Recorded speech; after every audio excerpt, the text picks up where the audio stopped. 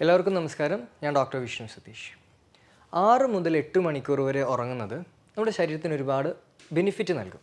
അതായത് നമ്മുടെ energy levels വർദ്ധിക്കും, നമുക്ക് നല്ലൊരു ഉന്മേഷം ഉണ്ടാവും, ശരീരത്തിൻ്റെ പ്രതിരോധ ശക്തി കൂട്ടും, അങ്ങനെ ഒരുപാട് ബെനിഫിറ്റ്സ് ഉണ്ട്. പക്ഷേ 6, 7, 8 മണിക്കൂർ ഉറങ്ങിയതിന് ശേഷവും കറക്റ്റായിട്ട് ഭക്ഷണം കഴിച്ചതിന് ശേഷം ചില ആൾക്കാർ പറയുന്നൊരു കംപ്ലയിൻ്റ് ഉണ്ട്. ക്ഷീണമാണ്, എന്ത് ചെയ്താലും ക്ഷീണമാണ്. രാവിലെ എണീറ്റ് കഴിഞ്ഞാൽ തന്നെ ഒന്നും ചെയ്യാനുള്ളൊരു ഉന്മേഷമില്ല, വളരെയധികം ഫറ്റിഗ്ഡാണ് ശരീരം. നമുക്ക് ചിന്തിക്കുന്ന കാര്യത്തിലൊരു വ്യക്തതയില്ല, ഒരു മെൻ്റൽ ക്ലാരിറ്റിയുടെ കുറവ്, ഒരു വർക്ക് ചെയ്ത് കഴിയുമ്പോൾ ഒരു വ്യക്തതയില്ലാതെ വർക്ക് ചെയ്യേണ്ടി വരുന്നൊരവസ്ഥ.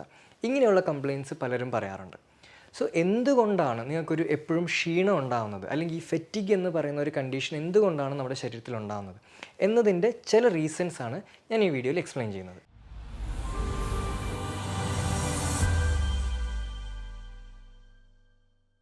ക്ഷീണം ഉണ്ടാകാനുള്ള ആദ്യത്തെ കാരണം എന്ന് പറയുന്നത് ഒരു ഹോർമോണാണ്, ഇൻസുലിൻ എന്ന് പറയുന്ന ഹോർമോൺ. നമുക്കറിയാം, ഇൻസുലിൻ കുറഞ്ഞു കഴിഞ്ഞാൽ പ്രമേഹം എന്ന് പറയുന്നൊരു കണ്ടീഷൻ വരും, ഒരു അസുഖം വരും. അതുപോലെ തന്നെ ഇൻസുലിൻ കൂടിക്കഴിഞ്ഞാലും, ഇപ്പോൾ ശരിക്കും പറഞ്ഞു കഴിഞ്ഞാൽ ഇൻസുലിൻ കൂടുതലുള്ളത് കൊണ്ടാണ് പ്രമേഹം വരുന്നത്.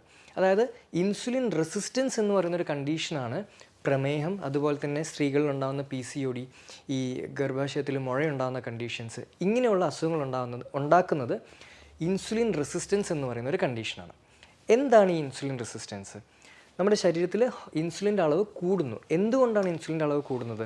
ഉദാഹരണത്തിന്, നമ്മൾ ഭക്ഷണം കഴിച്ചു കഴിഞ്ഞാൽ, ഇപ്പോൾ നമ്മൾ ചോറ്, ചപ്പാത്തി അങ്ങനെയുള്ള ഭക്ഷണങ്ങൾ കഴിച്ചു കഴിഞ്ഞാൽ നമ്മുടെ ശരീരത്തിൽ ഗ്ലൂക്കോസിൻ്റെ അളവ് വർദ്ധിക്കും. സോ ഈ വർദ്ധിച്ചിരിക്കുന്ന ഈ ഗ്ലൂക്കോസിനെ കോശങ്ങളുടെ അകത്തോട്ട് കൊണ്ടുപോകാൻ സഹായിക്കുന്ന ഹോർമോണാണ് ഇൻസുലിൻ. സോ ഈ ഇൻസുലിൻ ഈ ഗ്ലൂക്കോസിനെ എടുത്തിട്ട് കോശങ്ങളുടെ അകത്തോട്ട് കൊണ്ടുപോകും. പക്ഷേ ഇൻസുലിൻ റെസിസ്റ്റൻസിൽ എന്താ സംഭവിക്കുന്നത്? ഈ ഇൻസുലിൻ കോശങ്ങളുടെ അകത്തോട്ട് കയറി പോകാൻ പറ്റുന്നില്ല, അവിടെ ഒരു റെസിസ്റ്റൻസ് ഉണ്ട്, അല്ലെങ്കിൽ ആ ഡോറ് ബ്ലോക്ക്ഡ് ആണ്. അങ്ങനെ വരുമ്പോൾ എന്താ സംഭവിക്കുക?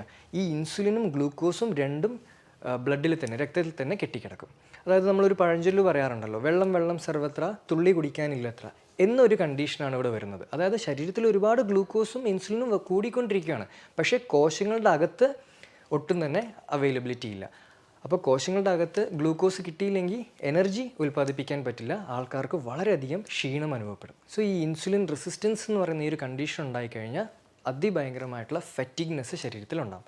സോ ഇൻസുലിൻ കുറച്ച് കഴിഞ്ഞാൽ ഓട്ടോമാറ്റിക്കലി ആ ഡോറിൻ്റെ സെൻസിറ്റിവിറ്റി ബെറ്റർ ആവുകയും ഗ്ലൂക്കോസ് കോശങ്ങളുടെ അകത്തോട്ട് പോകാനും തുടങ്ങും. അപ്പോൾ പിന്നെ നമ്മുടെ ക്ഷീണം വളരെയധികം ക്ഷീണം നന്നായിട്ട് കുറച്ച് കൊണ്ടുവരാൻ പറ്റും. സോ ചില ആൾക്കാർ പറയാറുണ്ട്, ചോറും അല്ലെങ്കിൽ ചപ്പാത്തിയും കഴിച്ചില്ലെങ്കിൽ ക്ഷീണം ഉണ്ടാവില്ലേ, ക്ഷീണം വരില്ലേ എന്നൊക്കെ പറയും. പക്ഷേ ശരിക്കും പറഞ്ഞു കഴിഞ്ഞാൽ ഇൻസുലിൻ റെസിസ്റ്റൻസ് ഉള്ള ഒരാൾക്ക് ചോറിൻ്റെയും ചപ്പാത്തി അല്ലെങ്കിൽ ഗ്രെയിൻസ് എന്ന് പറയുന്ന കാറ്റഗറി കുറച്ച് കഴിക്കുമ്പോഴാണ് ശരിക്കും എനർജി ലെവൽസ് കൂടുന്നത്. അതുകൊണ്ടാണ് പ്രമേഹമുള്ള ആൾക്കാരോട് ഈ ഗ്രെയിൻസ് കുറച്ച് കഴിക്കണം എന്ന് പറയുന്നത്. വെയിറ്റ് കൂടുന്ന ആൾക്കാരോട് ഗ്രെയിൻസ് കുറച്ച് കഴിക്കണം എന്ന് പറയുന്നതിൻ്റെയൊക്കെ സയൻറ്റിഫിക് ആയിട്ടുള്ള കാരണം ഇതാണ്, ഈ ഇൻസുലിൻ്റെ ലോഡ് ശരീരത്തിൽ കുറയ്ക്കാൻ വേണ്ടിയിട്ട്. സോ ഇൻസുലിൻ റെസിസ്റ്റൻസ് കുറച്ച് കൊണ്ടുവന്നു കഴിഞ്ഞാൽ നിങ്ങളുടെ ക്ഷീണം പൂർണ്ണമായിട്ട് നമുക്ക് ഭേദമാക്കാൻ പറ്റും. അതുപോലെ തന്നെ നമ്മൾ കാർബോഹൈഡ്രേറ്റ് അല്ലെങ്കിൽ ഗ്രെയിൻസ് കുറച്ച് കഴിക്കുന്നതിൻ്റെ കൂടെ തന്നെ നമ്മൾ കൂട്ടി കഴിക്കേണ്ടതാണ് പ്രോട്ടീനും ഫാറ്റും. അപ്പോൾ പ്രോട്ടീൻ, ഇപ്പോൾ എഗ്സ് ആയിക്കോട്ടെ അല്ലെങ്കിൽ മീൻ ആയിക്കോട്ടെ, അതിൻ്റെ പോർഷൻ കൂട്ടി കഴിക്കുക, വെജിറ്റബിൾസ് കൂട്ടി കഴിക്കുക. പക്ഷേ ചോറ്, ചപ്പാത്തി, റാഗി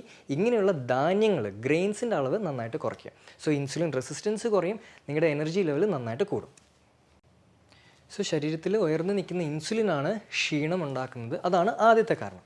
ഇനി രണ്ടാമത്തെ കാരണം മിനറൽ ഡെഫിഷ്യൻസി. മിനറൽ അല്ലെങ്കിൽ ചില വൈറ്റമിൻ നമ്മുടെ ശരീരത്തിൽ ഡെഫിഷ്യൻ്റ് ആണെങ്കിൽ അതും അതിഭയങ്കരമായിട്ടുള്ള ക്ഷീണം ഉണ്ടാക്കും. ആദ്യത്തെ മിനറൽ ഏതാണെന്ന് ചോദിച്ചു കഴിഞ്ഞാൽ അയൺ. നമ്മുടെ ശരീരത്തിലെ അയറൺ കണ്ടൻറ്റ് കുറഞ്ഞു കഴിഞ്ഞാൽ, അതായത് അനീമിയ എന്ന് പറയുന്നൊരു കണ്ടീഷൻ ഉണ്ടായിക്കഴിഞ്ഞാൽ, അനീമിയ ഉള്ളവരോട് ചോദിച്ചാൽ തന്നെ അവർ പറയുന്നൊരു കാര്യമുണ്ട്, ക്ഷീണമാണ്, എപ്പോഴും ക്ഷീണമാണ്, ഏത് സമയം കിടന്നുറങ്ങണം എന്നുള്ളൊരു ടെൻഡൻസിയാണ് അവർക്കുണ്ടാകുന്നത്. കുറച്ച് നടന്നു കഴിഞ്ഞാൽ തന്നെ നെഞ്ചിടിപ്പ്, ക്ഷീണം, ഇങ്ങനെയുള്ള സിംറ്റംസ് ഒരുപാട് അവർ പറയും. ഇതിൻ്റെ കാരണം എന്താണെന്ന് വെച്ച് കഴിഞ്ഞാൽ, നമ്മുടെ ശരീരത്തിൽ അയണിൻ്റെ കണ്ടൻറ്റ് കുറഞ്ഞു കഴിഞ്ഞാൽ നമ്മുടെ കോശങ്ങളിലേക്കുള്ള ഓക്സിജൻ്റെ ലഭ്യത കുറയും. ഓക്സിജൻ്റെ ലഭ്യത ഇല്ലെങ്കിൽ ശരീരത്തിൽ എനർജി പ്രൊഡക്ഷൻ ഉണ്ടാവില്ല, അത് ക്ഷീണത്തിലോട്ട് ലീഡ് ചെയ്യും. സോ അനീമിയ അല്ലെങ്കിൽ അയൺ ഡെഫിഷ്യൻസി ഉള്ളവർ അയൺ കണ്ടൻറ്റ് ശരീരത്തിൽ കൂട്ടുന്നത് വളരെ ഇമ്പോർട്ടൻ്റ് ആണ് ക്ഷീണം മറികടക്കാൻ വേണ്ടിയിട്ട്. സോ അതിന് കൂടുതലായിട്ട് നമ്മൾ റെഡ് കളറായിട്ടുള്ള ഫ്രൂട്ട്സ് അധികം നമ്മുടെ ശരീരത്തിൽ റെഡ് കളറായിട്ടുള്ള ഫ്രൂട്ട്സ് നമ്മുടെ ഡയറ്റിൽ കൂടുതൽ ഇൻക്ലൂഡ് ചെയ്യുക. പ്രത്യേകിച്ച് ഈ പോമോഗ്രാനറ്റ്, വാട്ടർമെലൺ. ഹീമോഗ്ലോബിൻ ലെവൽസ് കൂട്ടാൻ വേണ്ടിയിട്ട് വീറ്റ് ഗ്രാസ് ജ്യൂസ് ഡെയിലി ഒരു ടീസ്പൂൺ അല്ലെങ്കിൽ 2 ടീസ്പൂൺ വീറ്റ് ഗ്രാസ് ജ്യൂസ് വെള്ളത്തിൽ മിക്സ് ചെയ്ത് കഴിക്കുന്നതും വളരെ വളരെ എഫക്റ്റീവാണ്. ഇനിയിപ്പോൾ സപ്ലിമെൻറ്റേഷനാണ് ചെയ്യുന്നതെങ്കിൽ നിങ്ങൾ അയൺ കണ്ടൻറ്റ് കൂട്ടേണ്ട സപ്ലിമെൻറ്റിനെയാണ് ലാക്ടോഫെറിൻ എന്ന് പറയുന്നത്. ഒരു 500 mg ലാക്ടോഫെറിൻ കഴിക്കുന്നത് പെട്ടെന്ന് തന്നെ നമ്മുടെ ശരീരത്തിലെ അയൺ കണ്ടൻറ്റ് അല്ലെങ്കിൽ ഫെറിറ്റിൻ കണ്ടൻറ്റ് വർദ്ധിപ്പിക്കാൻ സഹായിക്കും. രണ്ടാമത്തെ മിനറലാണ് മഗ്നീഷ്യം. സോ ഈ ക്ഷീണമുള്ളവർ അറിയേണ്ട മറ്റൊരു കാര്യമാണ്, നമ്മുടെ ശരീരത്തിൽ കോശങ്ങളുടെ അകത്ത് എനർജി പ്രൊഡ്യൂസ് ചെയ്യുന്ന ഒരു ഫാക്ടറി ഉണ്ട്. അതിനെ പറയുന്ന പേരാണ് മൈറ്റോകോൺട്രിയ. അപ്പോൾ നമ്മൾ കഴിക്കുന്ന ഭക്ഷണത്തിൽ നിന്നുണ്ടാകുന്ന ഗ്ലൂക്കോസ് കോശങ്ങളുടെ അകത്തെത്തി മൈറ്റോകോൺട്രിയയിൽ വെച്ചിട്ടാണ് എനർജി ആയിട്ട് കൺവേർട്ട് ആവുന്നത്. സോ ഈ മൈറ്റോകോൺട്രിയയിൽ വെച്ചിട്ട് ശരീരം എനർജി പ്രൊഡ്യൂസ് ചെയ്യണമെങ്കിൽ നമുക്ക് വേണ്ട ഒരു മിനറലാണ് മഗ്നീഷ്യം. സോ മഗ്നീഷ്യം ശരീരത്തിലില്ലെങ്കിൽ നമുക്ക് ഈ എനർജി പ്രൊഡക്ഷൻ നടക്കില്ല. അതായത് ATP എന്ന് പറയുന്ന എനർജി പ്രൊഡക്ഷൻ നടക്കില്ല. അതും ക്ഷീണത്തിലോട്ട് ലീഡ് ചെയ്യും. അത് ഭയങ്കരമായിട്ടുള്ള ഫെറ്റിഗ് ശരീരത്തിൽ ഉണ്ടാക്കും. സോ മഗ്നീഷ്യം ഡെഫിഷ്യൻസി ഉണ്ടെങ്കിൽ നമുക്ക് ക്ഷീണം ഉണ്ടാകും. അതാണ് second mineral. So magnesium rich ആയിട്ടുള്ള ഭക്ഷണങ്ങൾ അല്ലെങ്കിൽ മഗ്നീഷ്യം സപ്ലിമെൻറ്റേഷൻ ചെയ്യുന്നത് വളരെ എഫക്റ്റീവാണ്. ഏറ്റവും ബെസ്റ്റ് റിച്ച് ആയിട്ടുള്ള മഗ്നീഷ്യം അടങ്ങിയിട്ടുള്ളൊരു ഭക്ഷണമാണ് ചീര. സോ ചീര കൂടുതൽ ഇൻക്ലൂഡ് ചെയ്യുന്നത് നമുക്ക് മഗ്നീഷ്യം ശരീരത്തിൽ ഇൻക്രീസ് ചെയ്യാൻ വളരെ വളരെ ഹെൽപ്ഫുൾ ആയിരിക്കും. ഇനി മൂന്നാമത്തതാണ് വൈറ്റമിൻ B12 എന്ന് പറയുന്ന വൈറ്റമിൻ. സോ ന്യൂറോളജിക്കൽ കണ്ടീഷനുള്ളവർക്ക്, അതായത് നാഡീ സംബന്ധമായിട്ടുള്ള അസുഖങ്ങളുള്ളവർക്ക് വൈറ്റമിൻ B12 വളരെ ഇമ്പോർട്ടൻ്റ് ആണ്. നമ്മുടെ ബ്രെയിനിൻ്റെ ഫങ്ഷൻ ഹെൽപ്പ് ചെയ്യുന്നത് വൈറ്റമിൻ B12 ആണ്. സോ B12 ഡെഫിഷ്യൻസി ഉണ്ടായിക്കഴിഞ്ഞാൽ നമ്മുടെ കയ്യിലും കാലിലും ഒരു മരവിപ്പ് അല്ലെങ്കിൽ ഒരു നമ്മൾ സൂചി എടുത്തിട്ട് ഒരു പ്രിക്ക് ചെയ്യുന്ന പോലെ, കുത്തുന്ന പോലുള്ളൊരു സിംറ്റംസ് ഒക്കെ നമുക്ക് ഫീൽ ചെയ്യാറുണ്ട്. അതേപോലെ തന്നെ നെർവിനുള്ള ന്യൂട്രിയൻ്റാണ്, അതായത് നമ്മുടെ നാഡി വ്യവസ്ഥയ്ക്കുള്ള ന്യൂട്രിയൻ്റാണ് vitamin B12. So vitamin B12 deficiency ഉണ്ടായിക്കഴിഞ്ഞാൽ അതിഭയങ്കരമായിട്ടുള്ള ക്ഷീണത്തിലോട്ട് അത് ലീഡ് ചെയ്യും. സോ വൈറ്റമിൻ B12 ശരീരത്തിൽ ഇമ്പ്രൂവ് ചെയ്യുക. അതിപ്പോൾ സപ്ലിമെൻറ്റ് ഫോമിലാണെങ്കിൽ മീഥൈൽ കൊബാലമൈൻ എന്ന് പറയുന്ന സപ്ലിമെൻ്റാണ് നമ്മൾ കഴിക്കേണ്ടത്. ഭക്ഷണത്തിലാണെങ്കിൽ കൂടുതലായിട്ടും മുട്ട കഴിക്കുന്നത്, ഓർഗാനിക് ആയിട്ടുള്ള മുട്ട കഴിക്കുന്നത് ഇമ്പോർട്ടൻ്റ് ആണ്. ഫിഷ്, മീൻ കഴിക്കുന്നത് ഇമ്പോർട്ടൻ്റ് ആണ്. ഇനിയിപ്പോൾ വെജിറ്റേറിയൻസ് ആണെങ്കിൽ കൂടുതൽ തൈരും മോരും ഡയറ്റിൽ ആഡ് ചെയ്യുന്നതാണ് വൈറ്റമിൻ B12 ഇമ്പ്രൂവ് ചെയ്യാൻ സഹായിക്കുന്നത്. സോ ആദ്യത്തെ റീസൺ നമ്മൾ പറഞ്ഞു, അതൊരു ഹോർമോൺ, ഇൻസുലിൻ എന്ന് പറയുന്ന ഹോർമോൺ കൂടുന്നതുകൊണ്ട് ക്ഷീണം ഉണ്ടാവാം. രണ്ടാമത്തെ നമ്മൾ മിനറൽ ആൻഡ് വൈറ്റമിൻ ഡെഫിഷ്യൻസിനെ കുറിച്ച് സംസാരിച്ചു. മൂന്നാമത്തത് വീണ്ടും ഒരു ഹോർമോണാണ്, ക്ഷീണം ഉണ്ടാവാൻ കാരണക്കാരായ മൂന്നാമത്തെ ഒരു ഹോർമോൺ. അതിനെയാണ് കോർട്ടിസോൾ എന്ന് പറയുന്നത്. സ്ട്രെസ് ഹോർമോണാണ് കോർട്ടിസോൾ. അതായത് നമ്മൾ രാവിലെ എണീറ്റ് കഴിഞ്ഞാൽ നമുക്കൊരു ഉന്മേഷം ലഭിക്കണമെങ്കിൽ നമ്മുടെ ശരീരത്തിൽ കോർട്ടിസോളിൻ്റെ അളവ് കൂടുതലായിരിക്കണം.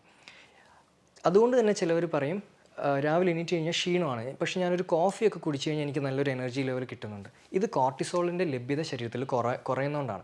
കോർട്ടിസോൾ രാവിലെ കുറവാണെങ്കിൽ വളരെയധികം അതികഠിനമായിട്ടുള്ള ക്ഷീണമായിരിക്കും ശരീരത്തിൽ എക്സ്പീരിയൻസ് ചെയ്യുന്നത്. പക്ഷേ ഒരു ഈവനിങ് ഒക്കെ ആകുമ്പോഴേക്കും അതേപോലെ തന്നെ ആൾക്കാർ പറയും ഈ എനർജി ലെവൽ ഈവനിങ് ആകുമ്പോഴേക്കും ബെറ്ററാണ്. കാരണം ഈവനിങ് ആകുമ്പോഴേക്കും കോർട്ടിസോൾ കൂടും, പക്ഷേ എഗെയിൻ ഈവനിങ് വീണ്ടും കോർട്ടിസോളിൻ്റെ അളവ് കുറഞ്ഞു വരും. സോ ഈ കോർട്ടിസോൾ നമ്മുടെ ശരീരത്തിൽ മോർണിംഗ് ടൈമിൽ കുറവാണെങ്കിൽ നമുക്ക് വളരെയധികം ക്ഷീണം എക്സ്പീരിയൻസ് ചെയ്യാം. അതുപോലെ തന്നെ ചിലവരുടെ ബോഡിയിൽ കാണുന്ന വേറൊരു പാറ്റേൺ ആണ് കോർട്ടിസോൾ നൈറ്റ് ടൈമിൽ ഒരുപാട് അധികമാവുക എന്നുള്ളത്. സോ രാത്രി കാലങ്ങളിൽ കോർട്ടിസോൾ കൂടി നിൽക്കുന്നത് ചിലവർക്ക് ഉണ്ടാകുന്ന ഒരു പ്രശ്നമാണ്. ഈ കോർട്ടിസോളിൻ്റെ ലെവൽ രാത്രി കാലങ്ങളിൽ കൂടി നിൽക്കുക എന്നുള്ളത്. കോർട്ടിസോൾ രാത്രി കാലങ്ങളിൽ കൂടി നിന്ന് കഴിഞ്ഞാൽ അത് ഉറക്കമില്ലായ്മയിലേക്ക് ലീഡ് ചെയ്യും. കാരണം ഉറക്കത്തിന് സഹായിക്കുന്ന മെലാറ്റോണിൻ എന്ന് പറയുന്ന ഹോർമോൺ കോർട്ടിസോൾ കൂടി നിന്ന് കഴിഞ്ഞാൽ മെലാറ്റോണിന് ആക്ട് ചെയ്യാൻ പറ്റില്ല, നമ്മുടെ ശരീരത്തിൽ അത് ആവശ്യത്തിന് ആക്ട് ചെയ്യാൻ സാധിക്കില്ല. അപ്പോൾ ഉറക്കമില്ലായ്മയിലോട്ടത് ലീഡ് ചെയ്യും.